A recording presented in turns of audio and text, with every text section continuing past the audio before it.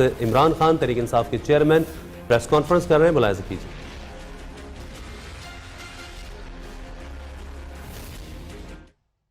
جب سے ان کا نام آیا ان کو پارلیمنٹ میں بھی موقع ملا، اس کے بعد پہلا بینچ بیٹھا اس میں موقع ملا سپریم کورٹ کا، دوسرا بینچ بیٹھا 60 دن کی ان کو جے آئی ٹی میں موقع ملا کہ بتائیں کہ یہ جو آپ کے فلیٹ ہیں کدھر سے پیسہ آیا خریدنے کے لیے، باہر کیسے گیا۔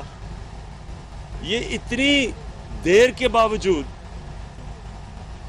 اور اتنی لمبی انویسٹیگیشن اور آخر میں سوچ سمجھ کے 5 ججز نے جو فیصلہ کیا، آج ہم یہ دیکھ رہے ہیں کہ پرائم منسٹر کہہ رہا ہے جی میں فیصلہ مانتا ہی نہیں ہوں، سازش ہو گئی ہے۔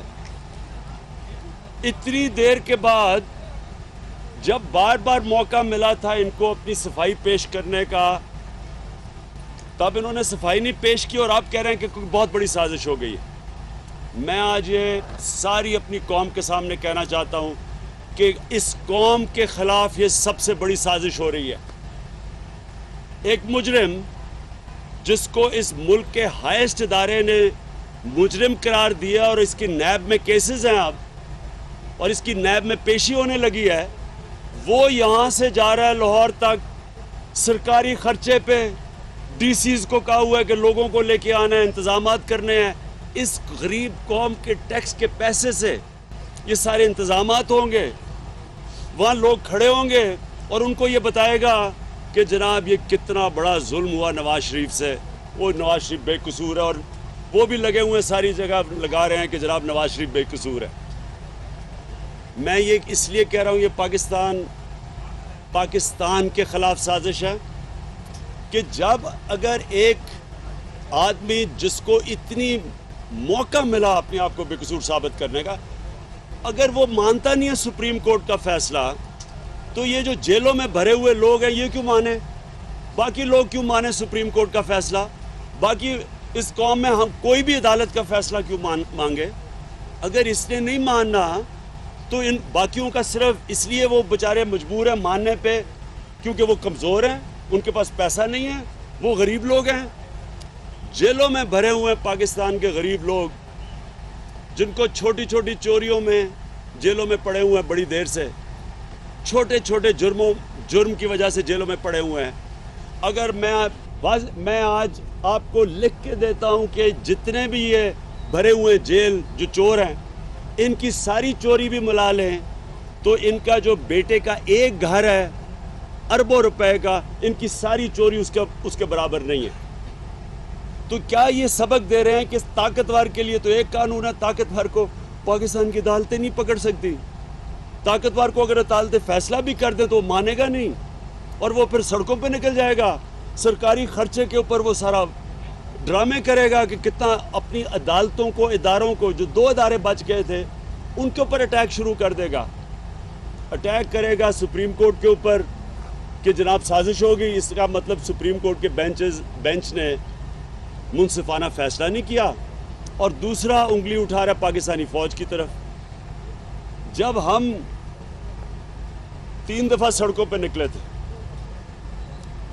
تو 2 دفعہ یہ نواز شریف کے لوگوں نے کہا کہ جناب یہ جمہوریت کو ڈیریل کر رہے ہیں، انہوں نے کہا کہ کہیں سے اشارہ ملا ہے۔ میں نواز شریف آج آپ سے پوچھتا ہوں کہ کیا یہ جمہوریت کو ڈیریل کرنا نہیں ہے کہ جس ملک کی آئین کے خلاف آپ جا رہے ہیں، جو کانسٹیٹیوشن کے مطابق سپریم کورٹ نے فیصلہ کیا ہے، اور آپ اس کے خلاف جا رہے ہیں؟ کیا یہ جمہوریت کو ڈیریل کرنا نہیں ہے؟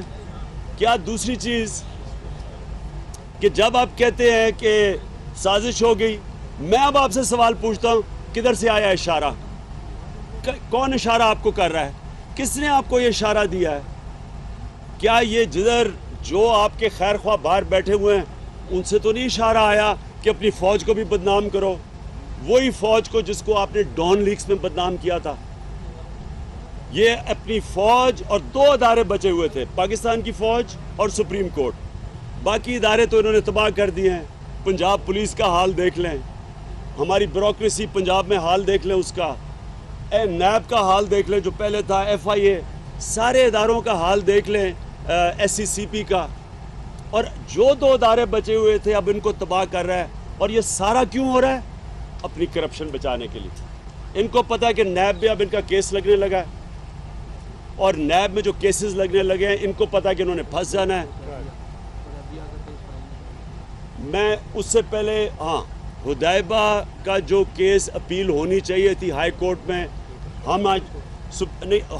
ہم آج ڈیمانڈ کر رہے ہیں کہ حدیبہ کی اپیل کی جائے تاکہ اس کا کیس جائے. یہ سپریم کورٹ کا آرڈر تھا, 1 ہفتے میں کرنی تھی ابھی اور 1 ہفتے میں کرنی تھی, ابھی تک وہ اپیل نہیں کی. ہم یہ ڈیمانڈ کرتے ہیں کہ یہ نیب اپیل کرے تاکہ جو سپریم کورٹ کے حکم تھا اس کے مطابق کیس ہو. نواز شریف نیب سے ڈرے ہوئے ہیں. ان کو پتہ ہے کہ ان کے پاس کوئی ثبوت نہیں ہے, ان کی کرپشن کے بچنے کا کوئی چانس نہیں ہے. اور میں ایک اور چیز, اقامہ کہتے جی اقامہ پہ پھنس گیا. میں سمجھتا ہوں کہ ایک اور جرم لگنا چاہیے ان کے اوپر. میں بار بار کہتا ہوں کہ یہ اپنے لوگوں کو کتنا بیوقوف بناتے ہیں اور سمجھتے ہیں. اقامہ کہتے جی اقامہ کے اوپر پھنس گیا. نواز شریف کے اوپر جو چارجز ہیں, کسی پاکستان کے چور کے اوپر اتنے بڑے چارجز نہیں ہیں.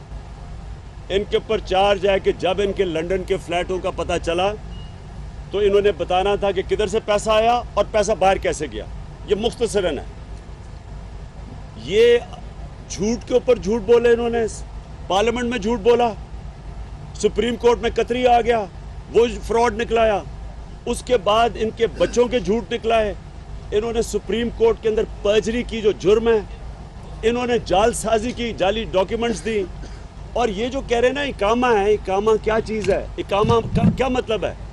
ان کے اوپر جو چارج ہے وہ یہ کہ انہوں نے اس ملک سے پیسہ چوری کیا اور اس ملک سے پیسہ چوری کر کے ملک سے باہر لے کے گئے, جسے منی لانڈرنگ کہتے ہیں. یہ دگنا جرم ہے, ایک چوری اور پھر چوری کو باہر لے کے جانا. یہ جو اقامہ ہے, یہ جو لوگ اقامہ لیتے ہیں, یہ منی لانڈرنگ کا راستہ ہے. یہ طریقہ ہے منی لانڈرنگ کا کہ دبئی میں اقامہ بناؤ, بینک اکاؤنٹ وہاں کھولو, اس ادھر سے پیسہ چوری کر کے دبئی بھیجو اور دبئی سے باہر بھیج دو. اور اگر پاکستان کی گورنمنٹ پتہ چلانا چاہے کہ جی پاکستانیوں کے سوئٹزرلینڈ میں بینک اکاؤنٹس پڑے ہیں, وہ نہیں بتائیں گے کیونکہ وہ دبئی کے سٹیزن بن جاتے ہیں. اب کمال چیز یہ ہے کہ ملک کا انٹیریئر منسٹر بھی, ملک کا فورن منسٹر بھی دبئی کے شہری ہیں. یہ کیوں ہیں دبئی کے شہری؟ کیا ان کو ویزے لینے کے لیے اقامے چاہیے تھے؟ منی لانڈرنگ کے لیے, چوری کر کے لیے پیسہ جو نواز شریف کا نام آیا ہے. اور سب سے افسوسناک بات ہے کہ اسحاق ڈار کو, اس کو فائنانس منسٹر پھر بنا دیا ہے, جس کی خود سٹیٹمنٹ آ گئی ہے اور جس کا کیس کھلنا شروع ہونے لگا ہے, حدیبہ پیپر مل کا. تو میں اب یہ کہنا چاہتا ہوں کہ یہ سارا کچھ ہو رہا ہے نواز شریف اپنے آپ کو نیبس کے کیسز سے بچانے کے لیے جو ان کے شروع ہونے لگے ہیں. ان کی پوری کوشش ہے کہ یہاں کسی نہ کسی طرح یہ پبلک دکھا دیں کہ جی عوام میرے ساتھ ہے. عوام اگر سڑکوں پہ لوگ دکھا دیں گے, اس کا مطلب کہ پریشر ڈالیں نیب کے اوپر, سپریم کورٹ کے اوپر کہ جناب نواز شریف کو ایک اور این آر او مل جائے, وہ این آر او جو مشرف نے دیا تھا جب یہ سعودی عربیہ گئے تھے. نواز شریف سے میں یہ پوچھتا ہوں, یہ کون سازش کر رہا ہے؟ یہ تاشقند کی جو بلی لے کے آپ پھریں گے کہ میں ایک دن بتاؤں گا, بتا دیں لوگوں کو کون سازش کر رہا ہے. پتہ تو چلے کہ لوگوں کو کہ کیا سازش ہو رہی ہے جناب آپ کے خلاف. اب پکڑے گئے ہیں, اب مجرم ہیں. مجرم جائے گا ہاتھ ہلاتے ہوئے سڑک کے اوپر کہ ہاں جناب بڑا میں کوئی فتح کر کے آ رہا ہوں. یہ صرف یہی نہیں کہ یہ ہماری آئین تباہ کر رہے ہیں, یہ ہماری جمہوریت تباہ کر رہا ہے, جمہوریت کو ڈیریل کر رہا ہے. یہ اس ملک کی خلاف رہے گا کہ جی میرے اوپر بہت بڑا ظلم ہو گیا, جبکہ عدالت میں اپنے آپ کو بے قصور نہیں ثابت کیا. اس لیے ہم نے اپنی کل سینٹرل ایگزیکٹو کمیٹی کی میٹنگ بلائی ہے. ہم فیصلہ کریں گے کہ اگر انہوں نے اسی طرح, اور مجھے خاص طور پہ افسوس ہے نون لیگ کے اوپر پاس ایک سنہری موقع تھا کہ اپنے آپ کو علیحدہ کرتے ایک کرپٹ پرائم منسٹر اور ایک کرپٹ فیملی سے. یہ موقع تھا. اگر جمہوری پارٹی ہے تو کیس تو نواز شریف کے خلاف ہوا ہے, نون لیگ کے خلاف تو نہیں ہوا. نون لیگ اور جو یہ نئے پرائم منسٹر بنے, ان کا تو کام نہیں تھا کہ ایک کرپٹ فیملی کی کرپشن بچانے کے لیے آپ ان کی پوری مدد کریں. کیا اس لیے پارٹی بنی ہوئی ہے کہ فیملی کی کرپشن بچائی جائے؟ میں ابھی بھی نون لیگ کو ہدایت کرتا ہوں کہ اپنے آپ کو علیحدہ کریں اس سے. نواز شریف اور شریف خاندان کی کرپشن سے اپنے آپ کو علیحدہ کریں. آپ یہ جو کرنے جا رہے ہیں اس کو بچانے، آپ اس کو بچا نہیں سکتے، آپ اس کے ساتھ ڈوبیں گے. میں آج آپ کو کہہ رہا ہوں آپ اس کے ساتھ ڈوبیں گے. اگر یہی چیز ہے جناب، ایک آدمی مجرم نکل کے سڑکوں پہ پیسے، اس غریب قوم کے ٹیکس کے پیسے خرچ کر کے سڑکوں پہ لوگ نکال لے اور کہے جی دیکھیں عوام میرے ساتھ ہے، میں آپ کو اس سے 10 گنا زیادہ عوام نکال کے دکھاؤں گا.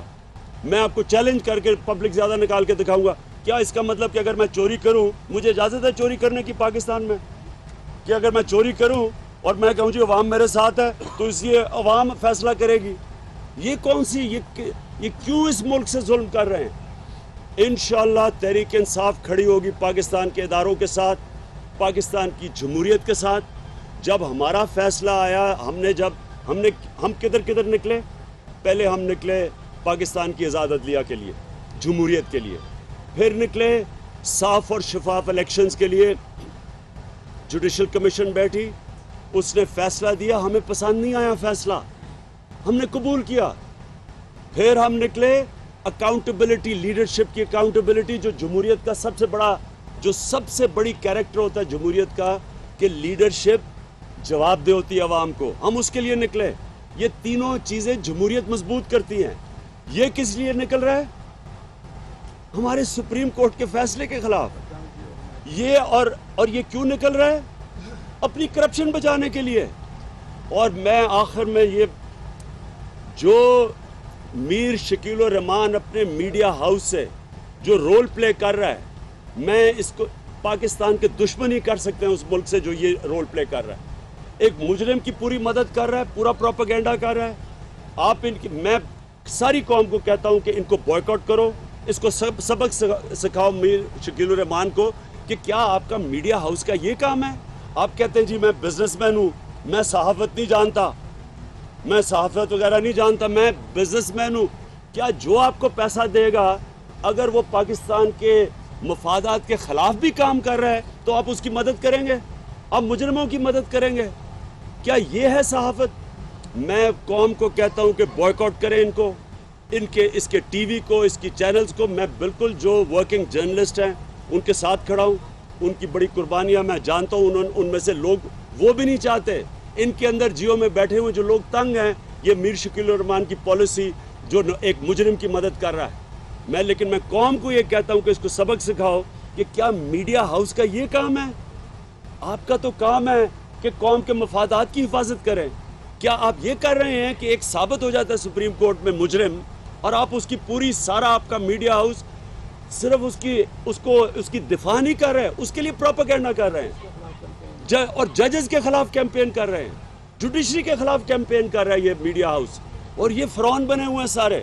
انشاءاللہ جدھر پاکستان جا رہا ہے، جس طرف جا رہا ہے، جو یہ ہو گیا فیصلہ، قوم کو خوشخبری میں یہ سنانا چاہتا ہوں کہ یہ جو مرضی کر لیں. میں ان کو چیلنج کرتا ہوں، یہ جو مرضی کر لیں. یہ اب ان کے سامنے صرف اور صرف شکست ہے. یہ میڈیا کو لگائیں، یہ پیسہ لگائیں. 200 ارب روپیہ دے رہے ہیں اپنے یہ جو نئے وزیر بنائے ہیں تاکہ یہ الیکشن خرید سکے. آپ جو مرضی کر لیں، آپ کے سامنے اب شکست ہے.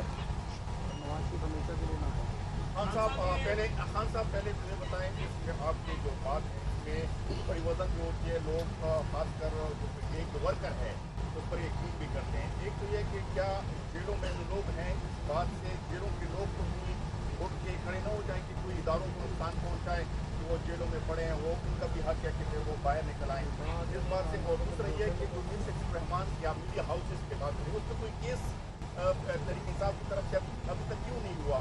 کیونکہ ساری میڈیا ہاؤس اگر اس طرح بات ہوتی ہے اس پر کیس نہیں ہوتی تو دوسری میڈیا ہاؤس اس کو جج کا پہنچتا ہے. دیکھیں جی، پہلے تو میں واضح کروں کہ یہ نہیں کہنا کہ جو بیچارہ جیلوں میں لوگ بھرے ہوئے ہیں ان کو جیلوں میں نہیں ہونا چاہیے. میں یہ کہہ رہا ہوں کہ ان بیچاروں کی تو چوری کچھ بھی نہیں ہے.